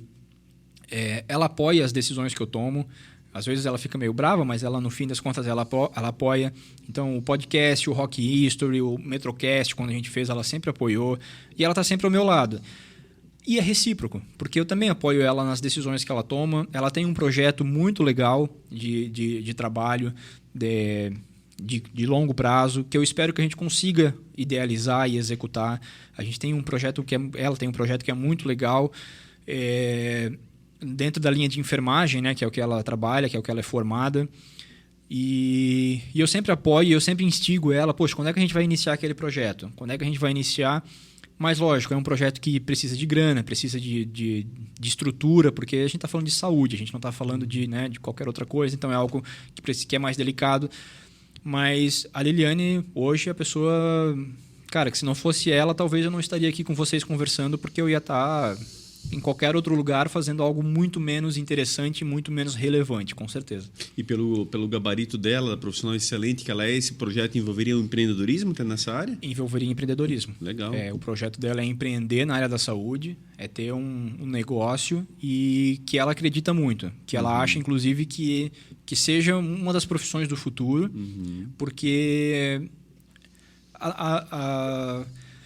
Falando um pouquinho disso, mas assim, bem resumidamente, ela pensa em ter uma clínica de home care. Então, que é ter profissionais para ir nas casas das pessoas fazer os tratamentos, os cuidados, né? Que hoje a gente precisa. Sem dúvida. Ela, por exemplo, tem uma OMA que é acamada, que é cuidada por uma tia, por uma prima, muito bem cuidada, por sinal, mas que às vezes precisa de um curativo de uma maneira um pouco mais especial, de um medicamento, de uma vacina, de alguma coisa. E ela acredita que tem espaço para uma clínica nesse sentido, para ter profissionais gabaritados para ir lá e fazer atendimentos nesse sentido. Então, é um projeto que ela tem aí. A gente já fez vários estudos, a gente já começou a fazer algumas coisas, mas é um investimento bastante caro. Então, envolve empreendedorismo, mas a gente ainda tá pensando em como fazer. Sacada.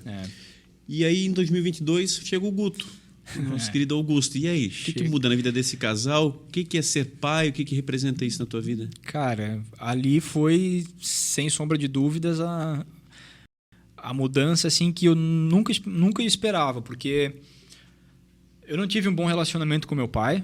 Apesar, né, ele faleceu recentemente, eu prestei todo o apoio. Mas a gente nunca teve um relacionamento saudável e próximo. Então... Para mim, eu sempre tive assim, um pé atrás em como eu seria como pai.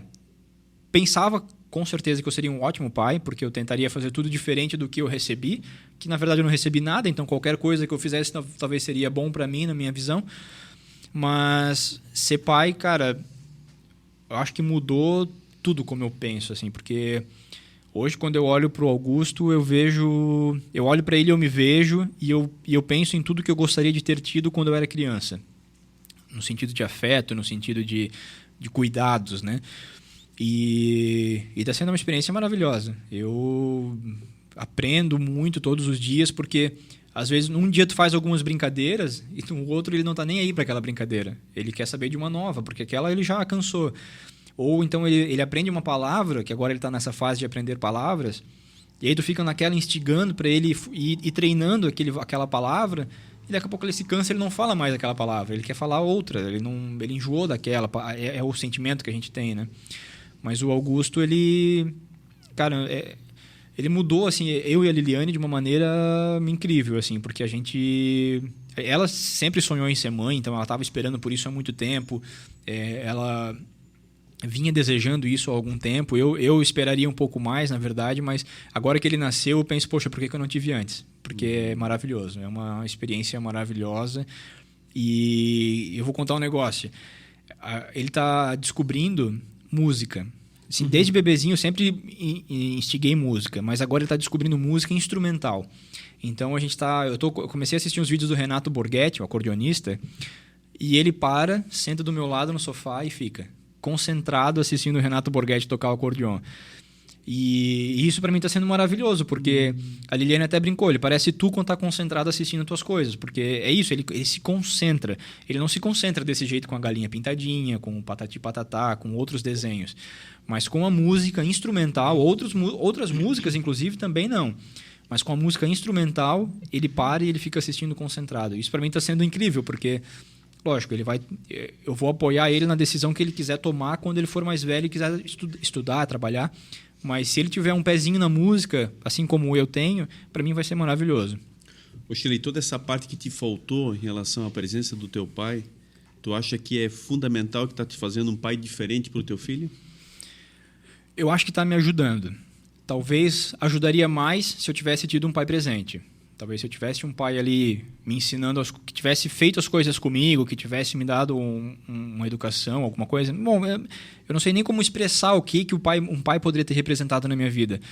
Mas o fato de eu não ter a presença masculina de um pai no meu crescimento, no meu desenvolvimento, eu acho que me ajuda a querer estar presente com ele, a querer mostrar o quanto eu posso ser importante na vida dele, o quanto eu posso agregar no desenvolvimento dele como criança, depois como adolescente, como adulto, né? Ô Sheila, e aí nesse momento, assim, quando tu fala dessa presença masculina, tu já citou hoje aqui, mas é muito forte pelos convidados que tu trouxe, que tu indicou, e ele sempre comentava esse nome. O que representou o Cafu na tua vida?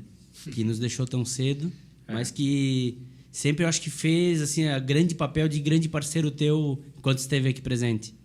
Cara, o Cafu foi praticamente um irmão mais velho para mim. O Cafu, ele é irmão da minha mãe e nós éramos uma estrutura assim curiosa na casa da minha avó. Morava a minha avó, o irmão da minha avó, que era um senhor solteiro, que não tinha filhos, ele morava lá na casa com a minha avó. O Cafu, que era filho da minha avó, e depois então a minha avó acolheu a minha mãe com eu e as minhas irmãs. Então era uma casa grande com uma família grande, eram 7 pessoas. O irmão da minha avó logo, né, veio a falecer e aí eu já estava numa fase assim mais adolescente, então o Cafu foi um cara que ele, desde muito pequeno, eu percebia que ele tentava fazer um pouco desse papel da figura masculina. Ele tentava assim, e nós tínhamos uma diferença muito pequena, nós tínhamos 7 anos de diferença, então e ele faleceu com 32 anos. E ele já, desde muito cedo, ele tentava ter aquela posição da figura masculina, mas acabava que não sendo como um pai, como um irmão mesmo, como um irmão mais velho. E ele foi muito importante para mim. As coisas de música que eu aprendi, muita coisa eu aprendi com ele. Foi ele que me apresentou os Engenheiros do Havaí.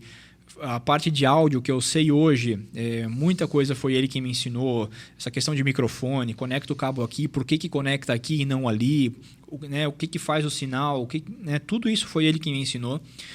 E fora coisas da vida, assim, então a gente conversava muito. E aí depois, mais velho, a gente começou a sair juntos, começou a ir pro bar beber, e a gente ficava conversando nós dois, trocando ideia nós dois. A gente divergia em muitos pensamentos, que eu acho normal, acho natural, mas a gente acabava às vezes... eu não concordava com o que ele pensava, mas a gente estava sempre juntos. Isso era algo que acho que era uma marca nossa, a gente estava sempre juntos. E inclusive muita gente achava que nós éramos irmãos. O próprio Darleno, que passou por aqui recente, citou algumas vezes teu irmão, mas não era, ele era meu tio. E porque a diferença de idade era muito próxima, então a gente cresceu juntos praticamente, né? E eu fico muito feliz porque ele era músico, ele gravou um CD, inclusive, com uma banda de igreja, lá de Luiz Alves, Acordes do Senhor é o nome da banda. E ele só tocou na igreja, mas ele tinha um sonho de tocar numa banda de rock. Era um sonho que ele tinha. E com a Mapas do Acaso, que foi a última banda que eu tive, junto com ele, inclusive, eu realizei esse sonho dele de ter uma banda de rock e tocar em alguns lugares, inclusive na Festa da Cachaça. Na Festa da Cachaça estava ele lá, tocando guitarra junto com a gente, e ele era um bom músico, ele era um bom guitarrista, estava lá no palco junto, tocando, então eu fico muito feliz assim porque ele agregou muito na minha vida e já logo depois da Festa da Cachaça, assim, no ano seguinte, ele faleceu. A gente tocou em 2014, em 2015 ele faleceu. E ele foi uma figura ímpar assim, na minha vida, porque ele me ensinou muita coisa da vida, de música, de áudio, e representou... E o fato de ele ter falecido no dia do meu aniversário... Pois é, assim, o destino, né, cara? Impressionante, né? E olha que curioso, ele nasceu no dia do aniversário da minha mãe. A minha mãe fazendo aniversário de 7 anos... A minha avó foi grávida para o hospital e ele nasceu. Sendo irmão da tua mãe. Sendo irmão da minha mãe. A tua avó tem 2 filhos que nascem no mesmo dia. No mesmo dia. Que loucura, cara. É. E aí ele nasce no dia do aniversário da minha mãe e morre no dia do meu aniversário. Impressionante. É. Veio cumprir uma missão aqui, cara. Eu, cara, tenho certeza que sim. Eu acho que ele veio para cumprir uma missão. E, assim, talvez sejam outras, mas particularmente eu acho que a missão comigo ele cumpriu. Eu escrevi uma música, inclusive... pouco antes de ele falecer, a gente estava num processo de gravar um CD com Mapas do Acaso. Tem um estúdio lá em Luiz Alves, com o Henrique lá, ele ia gravar o CD para nós. Assim, um CD a gente chama, na verdade era gravar as músicas, a gente ia divulgar no Spotify, né? E tinha 10 músicas, a gente queria botar 11. E eu não conseguia terminar a composição da 11ª música, assim, não vinha inspiração, enfim, não gostava de nada que vinha. E quando o Cafu faleceu, eu compus essa música que entrou e entraria, né? Acabei não finalizando a gravação.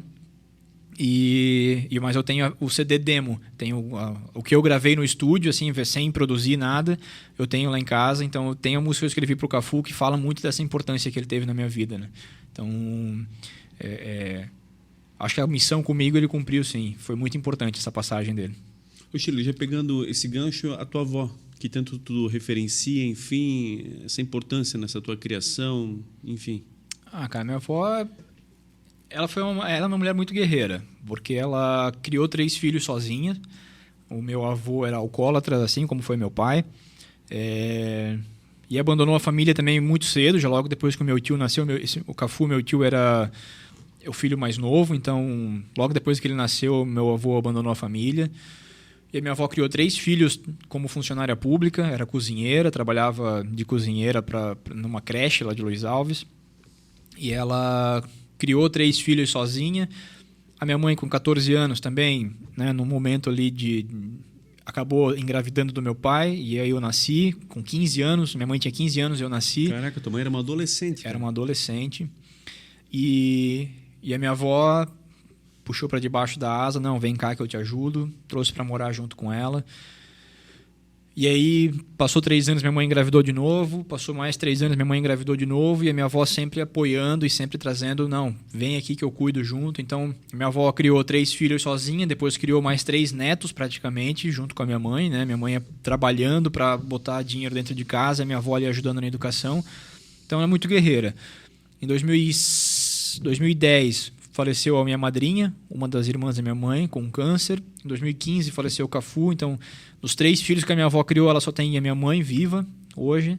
E ela segue firme, ela segue sorrindo, ela segue brincando. Então, é uma mulher muito guerreira. Como é que é o nome da avó? Asta.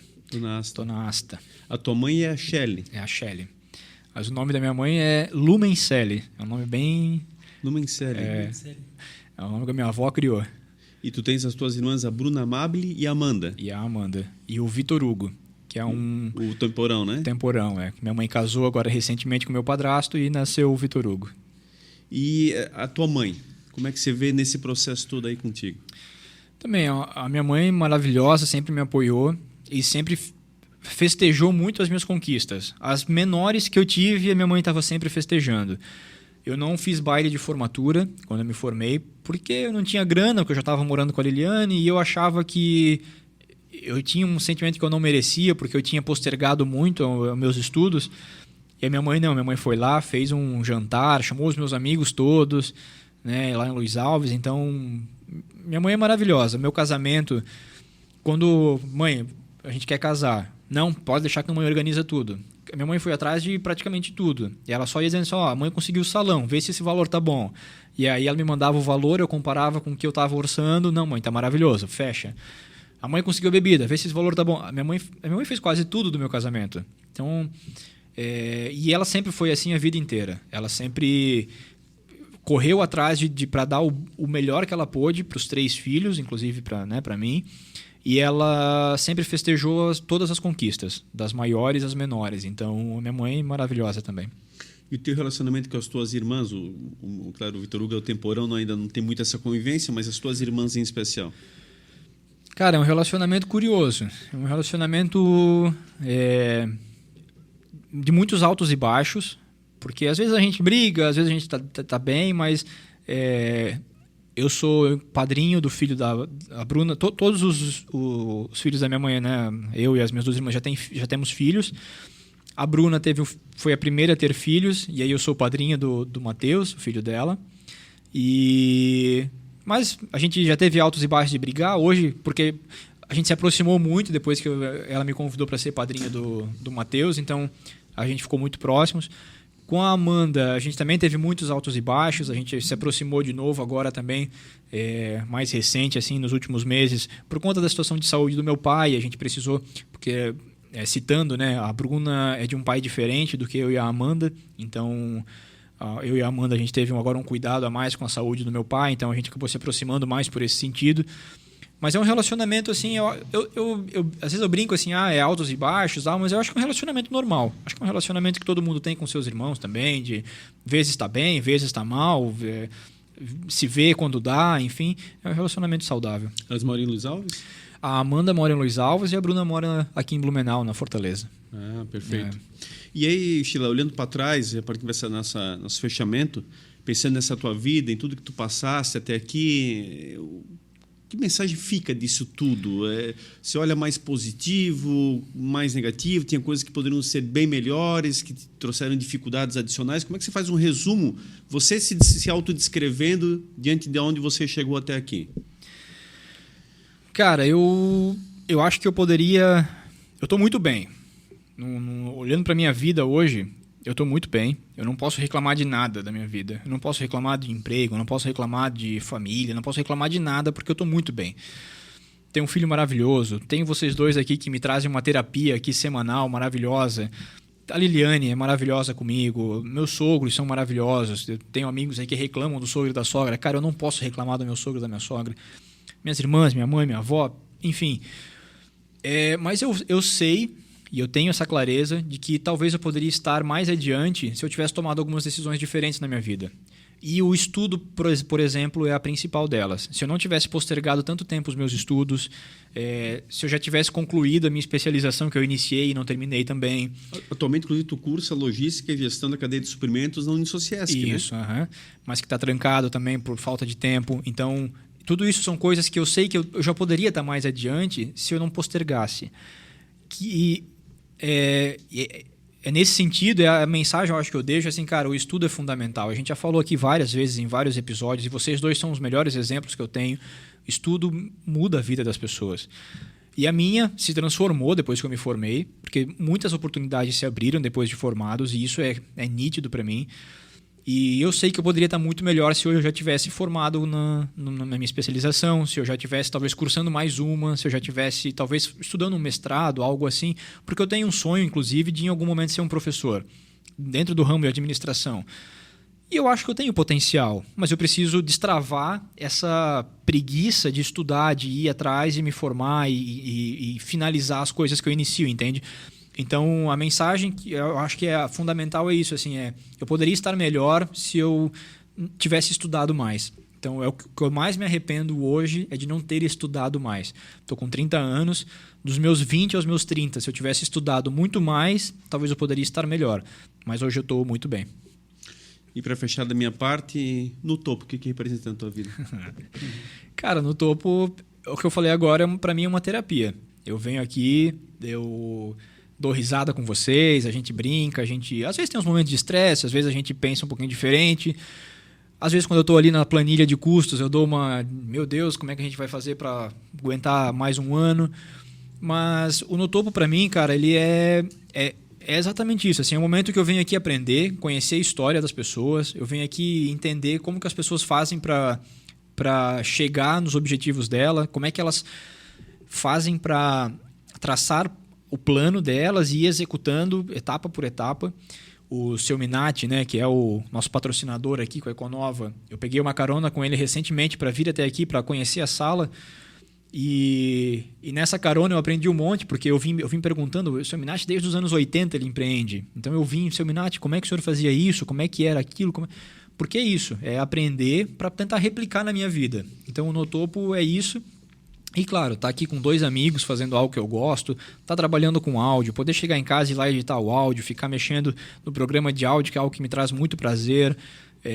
Para mim é uma terapia mesmo. É vir aqui, é relaxar, E às vezes a gente dá uns arranca-rabo ali com a esposa na hora de ir embora, mas tá tudo certo. Um grande parceiro, né, Edinho? A gente não tem muito o que falar, mas acho que foi interessante para abrir o coração, mostrar um pouco da intimidade, trazer situações que nem nós não conhecíamos e a audiência entender um pouquinho desse contexto. Eu acho que a partir desse episódio vai olhar para o próprio Sheila de uma forma muito diferente, porque já passa a entender várias situações e as opiniões elas vêm ao encontro exatamente da tua origem. E por aí as coisas vão fluindo. Então, um show. Acima de tudo, muito bacana. Acho que nota 10 em todos os aspectos. Começamos com o pé direito nessa série, né? A ideia era exatamente essa, mostrar para você um pouquinho de quem é que faz, né? O porquê que faz e por que pensa assim, enfim. Então, eu acho que ficou muito claro, aí o Sheila conseguiu mostrar nessa 1h30 de episódio, um pouquinho do porquê que ele chegou até aqui e, sem dúvida nenhuma, do porquê que ele ainda vai muito mais longe. Então, foi um prazer muito legal e eu já conhecia muito bem a história, mas hoje também tive alguns detalhes. E sempre é legal saber mais da gente. Agradecer nossos patrocinadores, né, que possibilitam a gente estar aqui semanalmente trazendo conteúdo gratuito para você. A Econova, inteligência em processos químicos, né, especialidades com tecnologia. Então, você que tem indústria têxtil, precisa de produtos e processos químicos, procura a Econova, @econovaquímica. E também a BML Patologia, diagnósticos precisos com experiência, agilidade e confiança, biópsias, preventivos, tudo que auxilia no controle e na identificação de doenças, a BML Patologia tem. Siga lá, @BML Patologia. E também deixar as redes sociais do No Topo para você seguir, compartilhar, curtir. Leve esse conteúdo, faça chegar mais longe. Ele está aqui sendo feito para você. E como o Sheila falou, né, é um aprendizado constante. Toda semana são convidados que vêm aqui contar sua história e sempre você aprende algo. Seja positivo ou negativo, uma experiência ruim que a pessoa passou e você pode, né, não precisar passá-la, ou uma experiência positiva que você pode replicá-la. Sempre tem muito conteúdo para agregar. Então, muito obrigado. Agradecer muito ao Sheila aí por estar conosco. E até a próxima semana, com certeza, estaremos com mais episódios sensacionais. É isso. Não é porque você é da casa que nós vamos fechar diferente. Então, agradecendo muito, Sheila, acho que, acima de tudo, a abertura do teu coração, de mostrar situações que são, volto a dizer, muito importantes, porque mostram a credibilidade, mostram o teu caráter, a forma com que tu procedes, até mesmo as opiniões. Então, as pessoas começam a identificar realmente você num contexto completo da palavra, né? E acho que é um orgulho mostrar a tua história, mostrar a tua origem, o carinho que você tem pelo município de Luiz Alves, a origem da tua história, literalmente.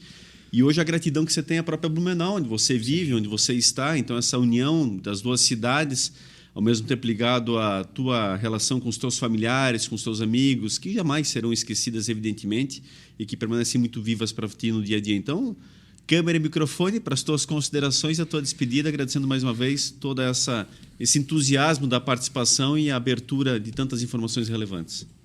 É isso aí, obrigado, gente. Fico feliz de ter aberto aí a nossa trinca de episódios especiais. Foi um prazer poder contar um pouquinho da minha história. A gente tem o tempo meio curto, não dá para detalhar, mas eu acho que ainda que eu detalhei bastante vários pontos e realmente agradecer a todo mundo que contribuiu para a minha história, né? Eu citei alguns nomes aqui, mas registrar especialmente a minha mãe e a minha avó, que foram incentivadoras muito fortes de tudo que eu sempre fiz na minha vida. Agradecer também o Cafu, que, né, a gente registrou aqui, que hoje está aí olhando de um outro panorama, e a Liliane e o Guto, que estão sempre do meu lado, né? Agradecer vocês dois aí por todo o apoio também no No Topo. Vocês são figuras fundamentais na minha vida, então muito obrigado, gente. E eu espero poder contribuir muito para todo mundo que acompanha o No Topo, que acompanha a minha vida também, e a gente se vê no próximo episódio. Espero poder realmente ajudar todo mundo, porque eu acho que é um propósito que a gente tem, né? Aqui no No Topo a gente quer sempre estar ajudando a galera, então que esse seja o nosso propósito. Valeu. É isso. Show. É isso. Acho que a gente pode mostrar um pouquinho, inclusive, do interior da nossa casa, né? Através do Sheila, que é nosso expoente aqui no programa, um parceiro de primeira ordem. Somos aqui realmente um trio apresentando e mostrando um companheiro, mostrando exatamente um lado que você ainda não conhecia, para mostrar exatamente essa proposta do No Topo, a transparência, a credibilidade dos seus apresentadores. Somos pessoas como qualquer uma outra, mas eu acho que com um passado muito interessante de ser visto, de ser posicionado, porque todos aqui realmente têm uma qualidade muito significativa nesse aspecto e, acima de tudo, uma lisura na sua vida. Então, queremos passar para você não apenas os conteúdos através dos entrevistados, mas a credibilidade de cada um. Acho que faz a diferença para o próprio convidado também aqui estar, e tantos que aqui já vieram exatamente por conta dessas influências. Então é isso, somos literalmente como você, e dessa forma agradecemos muito a sua audiência, obrigado pela companhia, estejamos sempre juntos, estejamos no topo e desta forma fazendo uma sociedade cada vez melhor. Um grande abraço a todos e até o próximo episódio, quando continuaremos aí a nossa saga, fechando aí do episódio 99 ao 101, revelando um pouquinho de cada apresentador. Um grande abraço a todos e até lá.